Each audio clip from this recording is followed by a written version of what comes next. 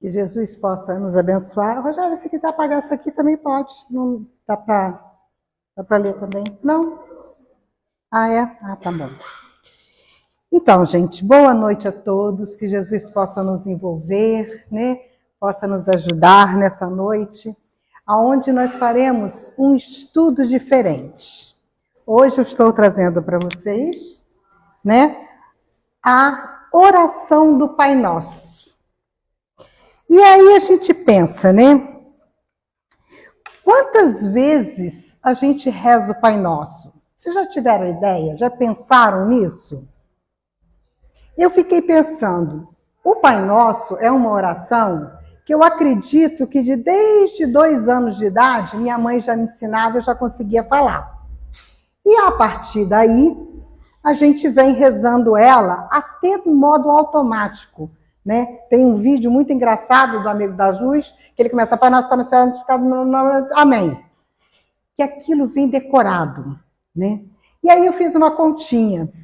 Se eu rezo o Pai Nosso pelo menos uma vez ao dia, né, durante esse tempo todo que eu tenho de vida, eu já consegui rezar simplesmente 22 mil.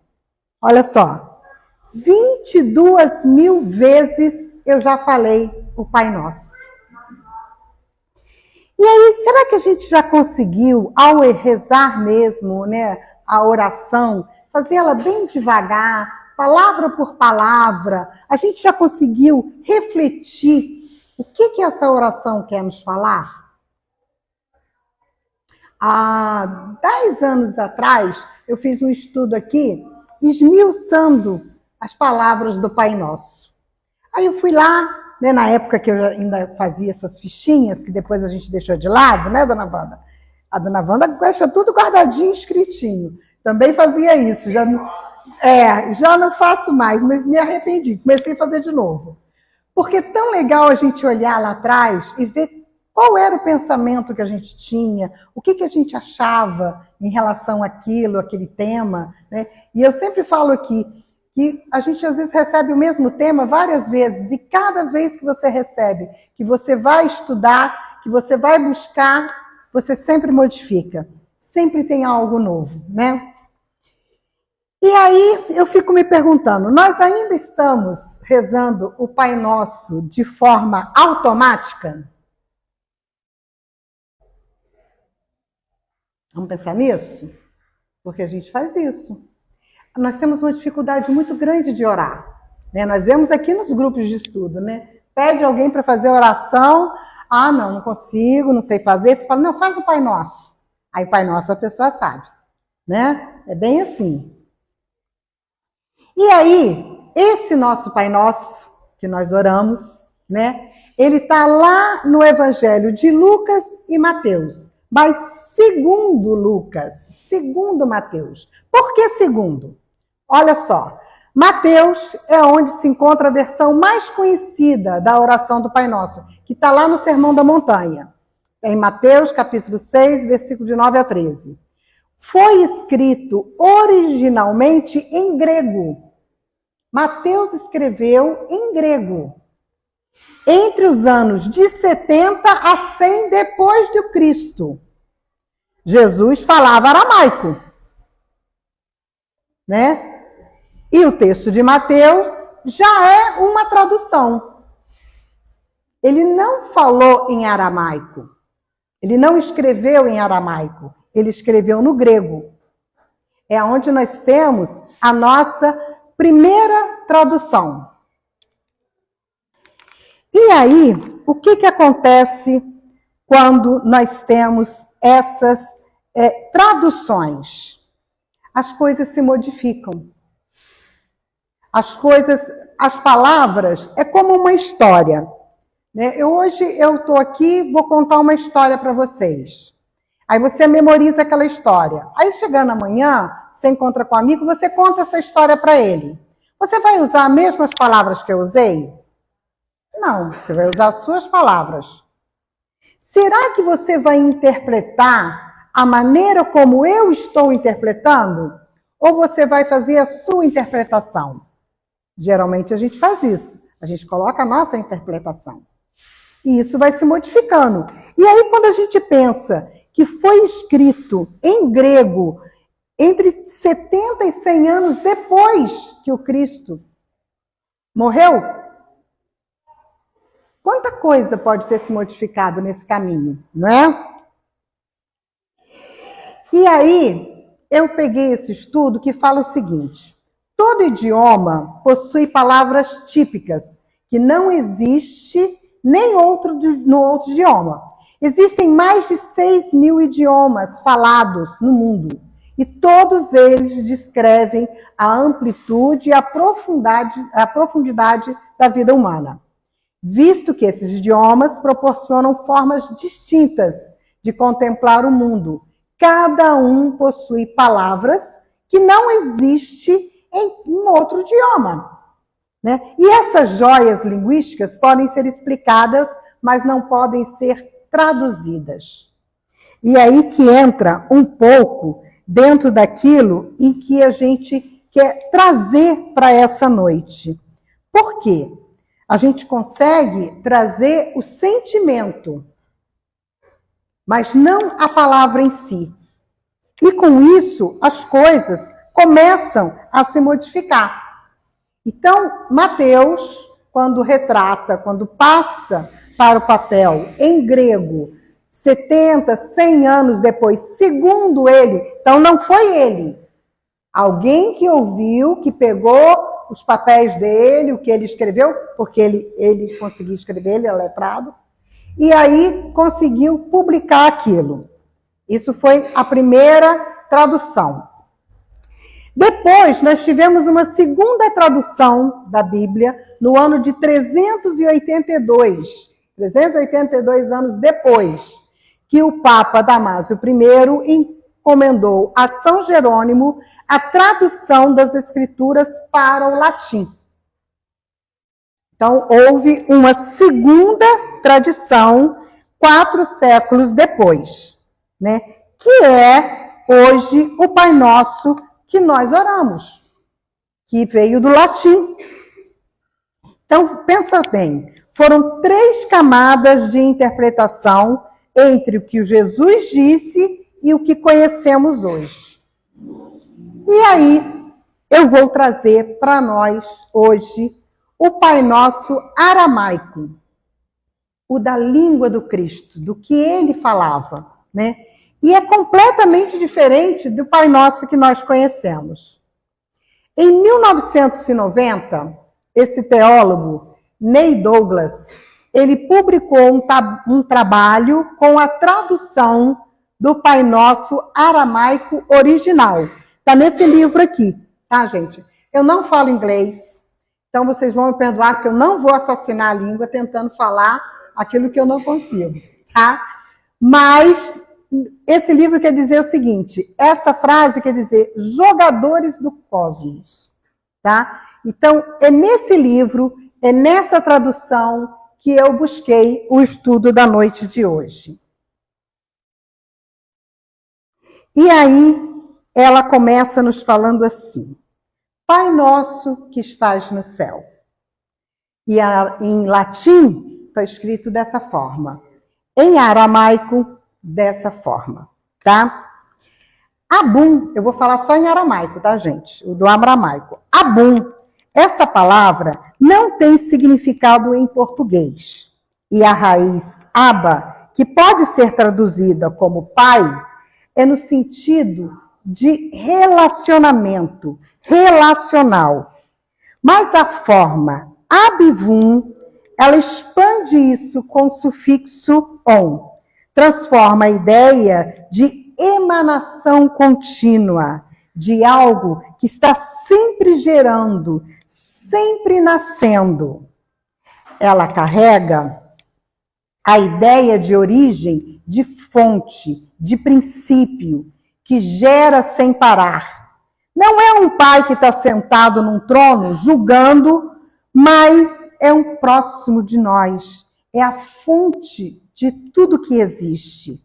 É uma sentença que origina, que sustenta e que não termina. Então, daí, já começa a nos dar essa ideia diferente desse Pai Nosso que nós falamos que estás no céu. Então, ele já começa a modificar essa colocação. E aí a gente escuta, a gente vê lá no Livro dos Espíritos, a primeira pergunta do Livro dos Espíritos fala: que é Deus? Não é quem, é que é Deus.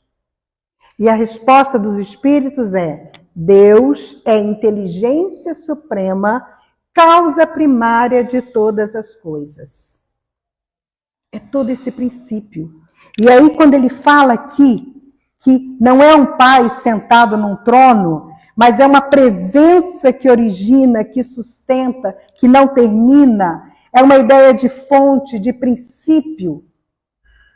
Ele não está longe daquilo que a gente estuda, né? E aí, voltando aqui, a gente tem a segunda parte que ele fala, Boshmaya. É mais ou menos isso, tá, gente? Me perdoe. Nós traduzimos como que estás no céu. Mas a Shimaya, em aramaico, não é um lugar geográfico lá em cima. Não é um paraíso, no sentido de um endereço. É um espaço vibrante, o campo onde tudo emerge. Shamaim, em hebraico, é palavra da mesma raiz. Aparece logo lá na primeira linha da Gênese, quando fala: no princípio Deus criou os céus e a terra. Mas os rabinos sempre souberam que Shamaim não é o azul lá em cima. É uma totalidade da existência. O universo como presença, não como um lugar. A tradução mais honesta seria algo como: vibras no espaço que pulsa dentro de toda a criação, que está em tudo ao mesmo tempo. Ele começa a modificar essa visão desse céu que nós temos. Percebe como mudou? Você deixou de clamar por um pai distante, que mora num lugar remoto, que é lá no céu, que está invocando nesse momento, nessa prece, uma presença que está aqui agora, em tudo, em todos nós, incluindo dentro de nós. Então, essa é a ideia que Jesus quis trazer desse Pai e aonde ele está. Não é nesse céu, não é nesse lugar, é aqui, é agora, é conosco, é dentro de nós. A oração não é como uma distância a ser vencida, mas como uma proximidade a ser reconhecida. Nós poderíamos dizer que essa sensação que eles estão passando, esse pertencimento, esse Deus que está em todo lugar, em toda criatura, em tudo que está à nossa volta, não poderia ser o fluido cósmico universal que a gente tanto estuda? Essa energia que move tudo? Então você vê que o que a gente estuda vai muito de acordo com essas colocações em que Jesus trouxe lá no hebraico, e que foi perdido, foi se perdendo, no aramaico, e foi se perdendo, né? Aí ele continua: santificado seja o seu nome. Ali está escrito como está escrito em latim e no aramaico. Essa linha, ela sofreu uma das distorções mais sutis de toda a oração, porque parece inocente. É claro que o nome de Deus é santo, claro que temos que reconhecer isso. Mas olhar o que o aramaico está realmente dizendo com Netkadash não significa elogiar, glorificar, adorar, no sentido de aplaudir alguém. A raiz, em aramaico, significa separar para um propósito sagrado, tornar puro, criar condições de receptividade. É o mesmo que santidade, que na tradição judaica não é um atributo que você descreve de fora, É uma qualidade que você cultiva ativamente por dentro. Então, Netzkadash é um verbo de ação interior, não de louvor exterior. Esnoque, gente, não é assim que se fala, tá? Perdão, mas é só para mim mostrar para vocês o que está escrito ali, tá? O nome em hebraico e aramaico não é rótulo que você cola numa coisa para identificá-la. O nome, para eles, é uma coisa que é a essência viva dessa coisa. Quando você fala o nome de algo em aramaico, você está invocando o que aquilo realmente é, no nível mais profundo. Então, a frase não é: eu declaro que teu nome é digno de honra. Porque é essa tradução que a gente faz quando fala santificado seja o seu nome. Ele fala que, para o aramaico, eu estou criando espaço dentro de mim para que a tua essência se manifeste. É uma prática espiritual ativa. Você está se preparando para receber algo, não distribuindo elogios. Não distribuindo elogios a uma divindade que precisa de aprovação, principalmente humana, para ser valorizada. Então, eles ali, gente, não estão fazendo uma glorificação a Deus, né? A versão que conhecemos é passiva. Você está descrevendo uma qualidade de Deus. A versão aramaica é ativa. Você está fazendo algo dentro de si mesmo, para você ter Deus dentro de você. A oração inteira já começou. Você vê que ela já passou um bom pedaço, né? Mas você ainda não pediu nada. Está apenas se preparando, criando condições para entender o que realmente Jesus queria nos trazer. E aí vem mais um pedaço. Venha a nós o teu reino. Essa linha é onde a igreja medieval construiu séculos de teologia sobre o reino de Deus, como um evento futuro, como algo que virá nos fins do tempo, depois do juízo final.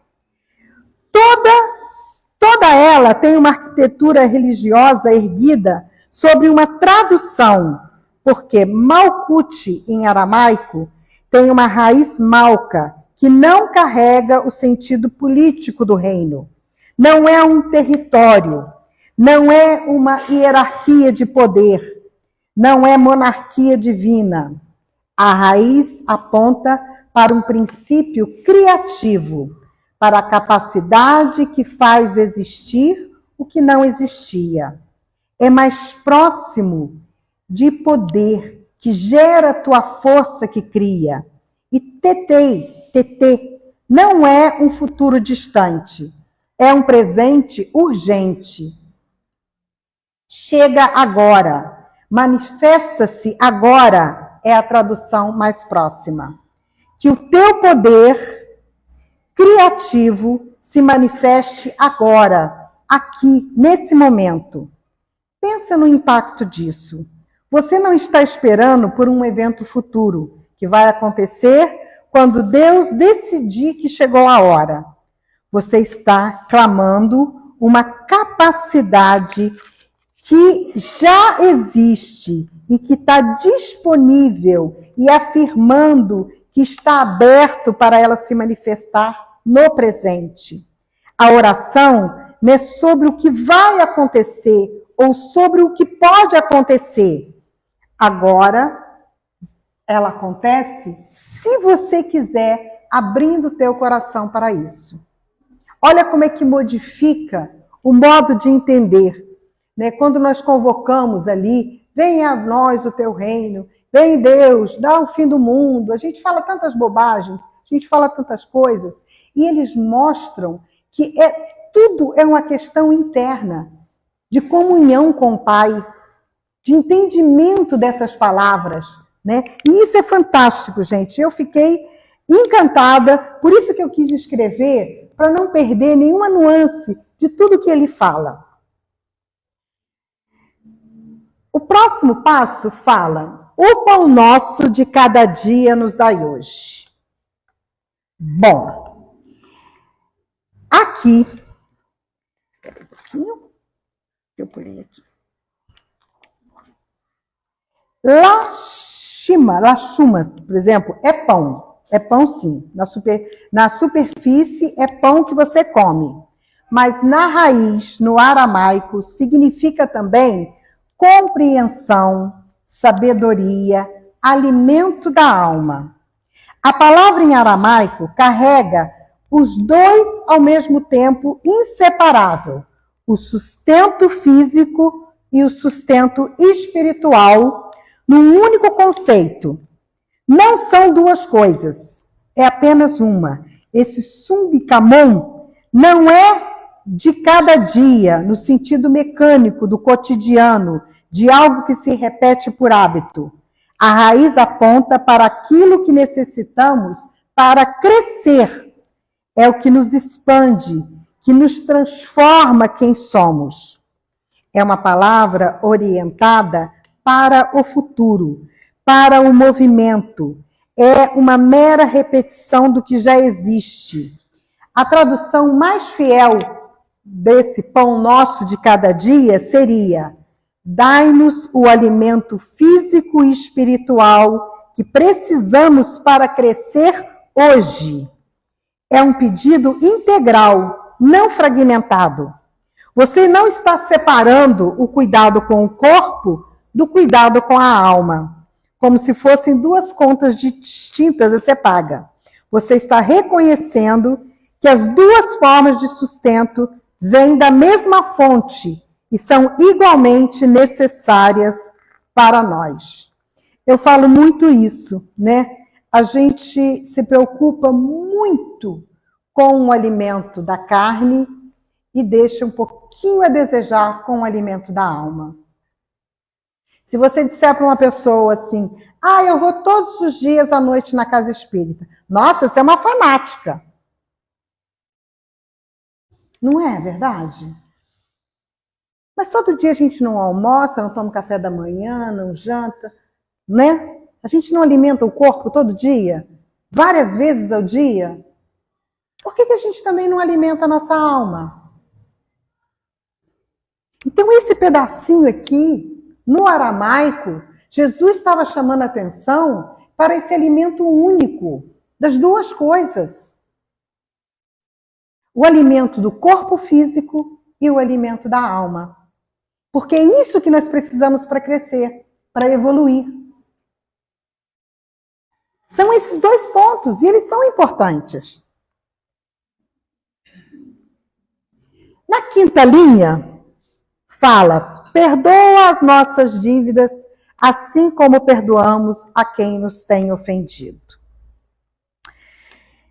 E aí, a palavra kaubai, que foi traduzida como dívidas, e depois, especialmente na tradução protestante, como pecado, significa em aramaico literalmente fios emaranhados.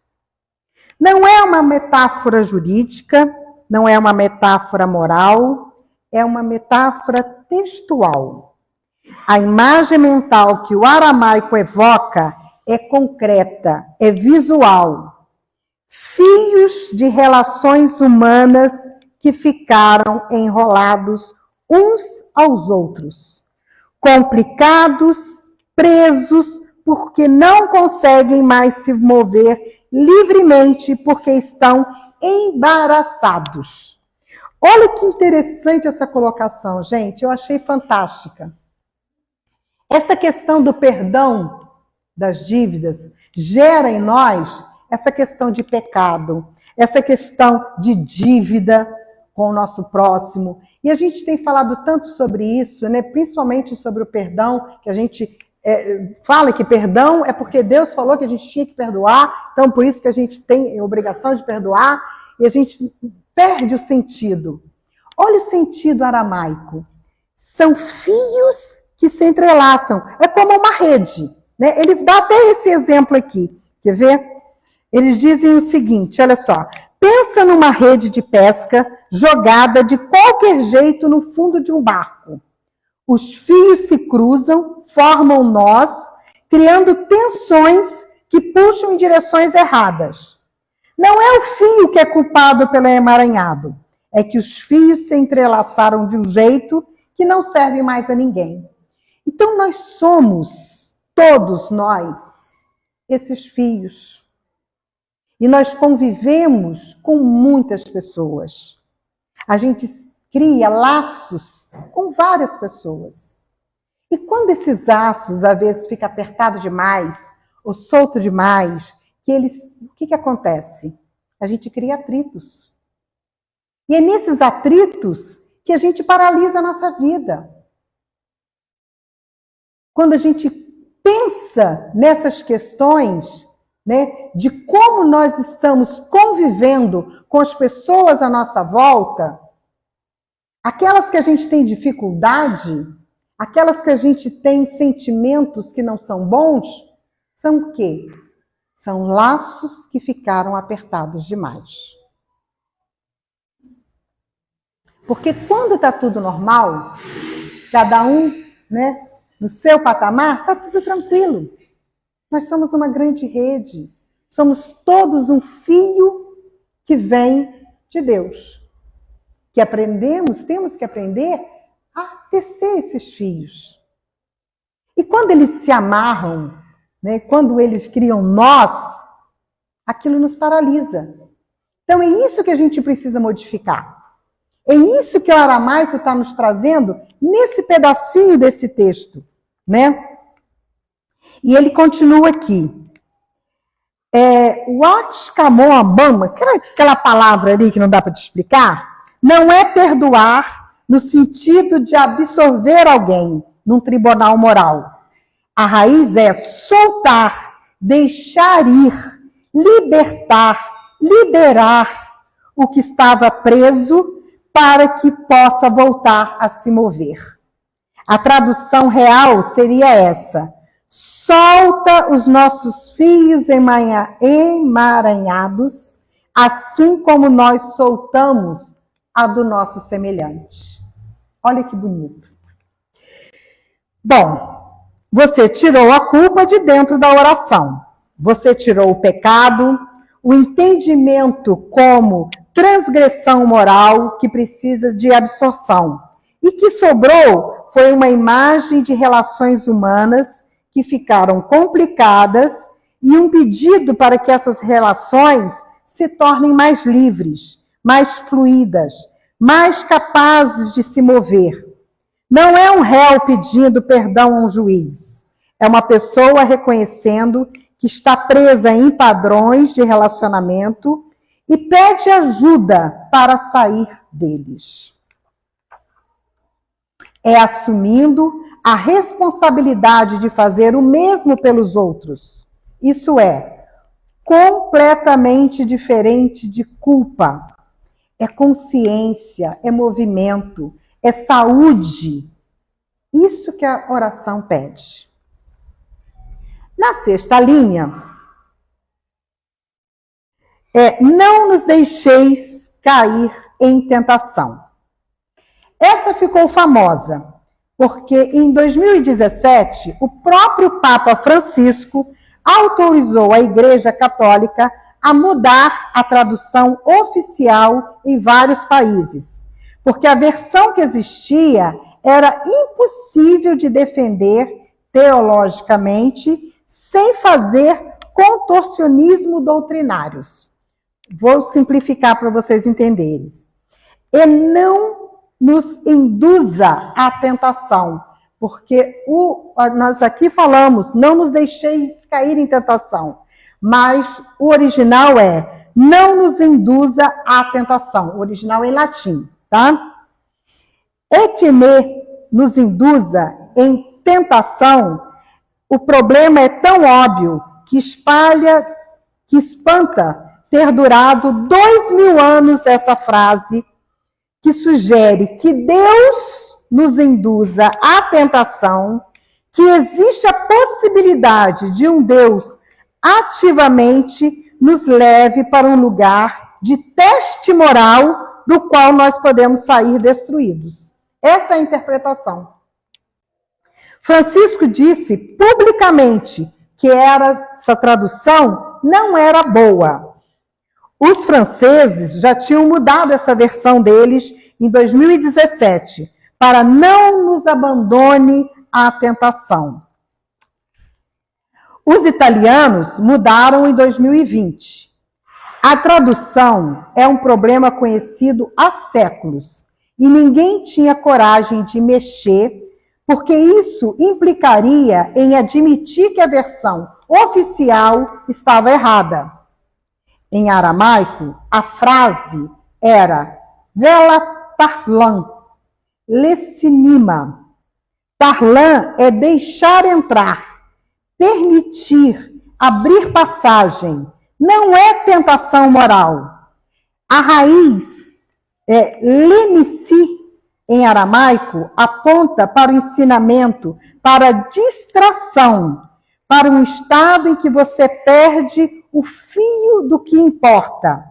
Perda de foco, perda de consciência, de propósito. O estado em que você se esquece de quem você é.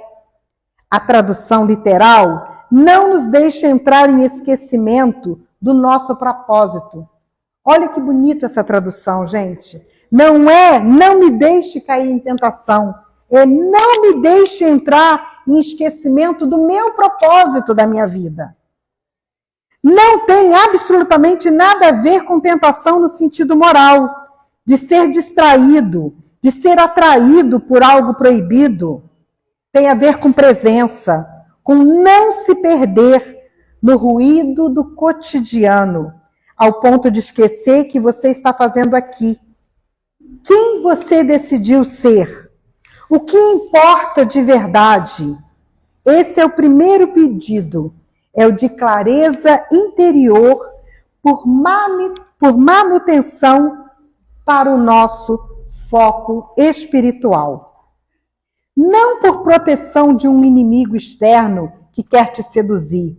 2000 anos de não nos induz à tentação vieram de uma tradução equivocada, de uma frase sobre não distraia, sobre presença, sobre não adormecer espiritualmente. E isso, gente, a doutrina tem nos falado muito ultimamente. Todos nós viemos com um propósito ao reencarnarmos. Viemos com uma missão. E aí? Que bom que a gente nem lembra de tudo. A gente pode dar essa desculpa. Mas será que não, gente? Será que lá no fundo do nosso coração nós não sabemos verdadeiramente qual é o nosso propósito de vida? Por que estamos encarnados? Por que estamos aqui nessa encarnação? Nessa família, com esse trabalho, com esse corpo, que às vezes a gente nem aceita, fica tentando modificar, não aceita nem a idade. Então, olha que propósito bonito esse aí, de pedir nessa oração, em vez de ficar falando, se preocupando com coisas externas, vamos se preocupar com o nosso interno. Porque quando nós conseguimos um equilíbrio espiritual, nós nos afastamos de muitas energias ruins. Quando nós focamos no nosso propósito verdadeiro, do nosso espírito, nós nos esquivamos dessas tentações. E aí, para terminar, ele diz: mas livrai-nos do mal. Essa linha construiu séculos de conceitos, narrativas, porque a gente pensa nesse mal como um diabo de chifre, um maligno personalizado, a força do mal, como entidade consciente que opera no mundo, contra o qual você precisa de uma proteção divina ativa. Toda essa estrutura repousou em parte sobre a tradução dessa linha. Bicha, que fala lá no final, Não é o maligno com M maiúsculo. Não é um ser com nome próprio na agenda pessoal. A palavra vem de uma raiz que significa que está fora do tempo certo. O que está fora do alinhamento. O que está em dissonância com o ritmo natural das coisas. É quase uma palavra física. Algo que vibra na frequência errada em relação ao todo. A tradução mais honesta seria: liberta-nos do que está desalinhado. Não é proteção contra um inimigo, é um pedido de retorno ao alinhamento, de sair do que está torto dentro de você, das suas relações, das suas escolhas, de seus padrões, e voltar para dentro do fluxo que é coerente com quem você é e como você está. Essa oração, ela termina do mesmo jeito que começou, com um movimento interior, com responsabilidade pessoal, com um pedido de alinhamento, não de proteção de um perigo externo. Junta tudo e a versão aramaica do Pai Nosso vai ficar assim. E aí, eu gostaria de, nesse momento, pedir que todos possam fechar os olhos, ou não. Quem quiser acompanhar, eu vou deixar aqui escrito. Essa é a oração por completo no aramaico. Ó tu, fonte cósmica que vibra no espaço, faz espaço dentro de mim para que a tua essência se manifeste, que teu poder criativo chegue agora aqui. Dai-nos o alimento físico e espiritual de que precisamos para crescer hoje. Solta os nossos fios emaranhados, assim como nós soltamos o dos outros.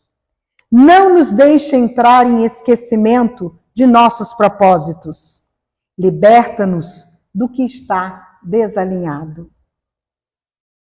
E assim, hoje, vocês conheceram, se alguém já conhecia, né, mas eu conheci pela primeira vez, a oração em aramaico. A oração a qual Jesus realmente falou. Esse estudo, gente, eu peguei de um vídeo, comecei através de um vídeo, e eu achei até no início um pouco fantasioso, mas eu digo a vocês, tem 15 dias que eu estou estudando, que eu estou buscando cada palavra dessa, o significado, se realmente era esse sentido, se realmente era esse significado. E a gente encontra um monte de coisa no Google. Se você botar a oração do Pai Nosso em aramaico, vai aparecer várias diferentes. Muitas delas copiando a letra do Pai Nosso que nós conhecemos. Esse estudo desse teólogo, ele traz exatamente a essência, o entendimento, a compreensão do que Jesus queria nos passar. Então, ao orarmos ao nosso Pai Nosso, a gente vai começar a ler de uma forma diferente, né? Do que a tradução realmente queria nos falar. Então, eu gostaria de agradecer a todos, né? E fazer um convite. Não vamos parar de estudar, não, gente. Vamos buscar conhecimentos. Hoje eu não trouxe uma palestra espírita, mas eu trouxe uma espiritualidade que a doutrina nos fala de tudo isso, de todo esse comportamento, de todo esse entendimento, da nossa reforma interior. E essa prece nos pede isso, essa reforma, essa mudança. Que possamos fazer à noite, ao deitar, ao dormir, esse pedido de esclarecimento, de evolução. Porque é isso que vai nos ajudar. É isso que nos vai chegar mais perto de Deus. Não existe salvação. Essa é uma palavra que eu já tirei do meu calendário, né, do meu dicionário. Porque salvação para mim significa que alguém ou alguma coisa vai me salvar. Eu acredito em evolução. À medida que eu conseguir evoluir, me modificar, me transformar, eu estarei chegando mais perto de Deus. Que Jesus nos abençoe.